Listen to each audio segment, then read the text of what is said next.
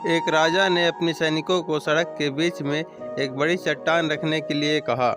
चट्टान को बीच सड़क में रखवाकर राजा ने अपने सैनिकों को छुपकर उस चट्टान पर नज़र रखने के लिए कहा कि देखना उस चट्टान को रास्ते से कौन हटाता है। लोग उस जगह पर आते रहे और जाते रहे, लेकिन किसी ने भी उस चट्टान को रास्ते से हटाने की कोशिश नहीं की।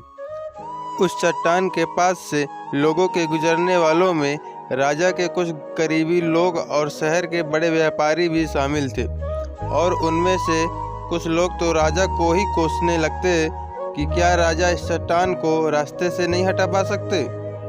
लेकिन किसी ने भी उस चट्टान को रास्ते से हटाने का प्रयास नहीं किया। ऐसा काफ़ी दिनों तक चलता रहा। एक दिन एक किसान अपनी सब्जियों के साथ उधर से गुजर रहा था। उसने चट्टान को रास्ते में पड़े देखा और सोचा कि सबको इस चट्टान की वजह से कितनी तकलीफ हो रही है। उसने अपनी मजबूत लाठी से उस चट्टान को एक तरफ से धकेलने की कोशिश की। काफ़ी कोशिश करने के बाद उस चट्टान को हटाने में कामयाब हो गया। चट्टान को रास्ते से हटाने के बाद किसान अपनी सब्जियों को उठाकर जाने ही वाला था कि अचानक उसकी नज़र एक पोटली पर गई, जो ठीक उसी जगह पर पड़ी थी जहां से उसने वह चट्टान हटाए थे।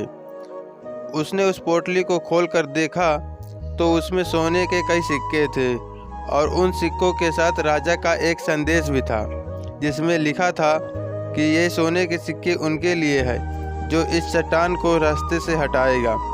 दोस्तों, बिल्कुल ठीक इसी तरह हम सबके जीवन में भी कई परेशानियां आती हैं। कुछ लोग उन परेशानियों से बचकर निकल जाते हैं और कुछ रास्ता बदल देते हैं, और चंद लोग ठान लेते हैं उन परेशानियों के हल निकालने की।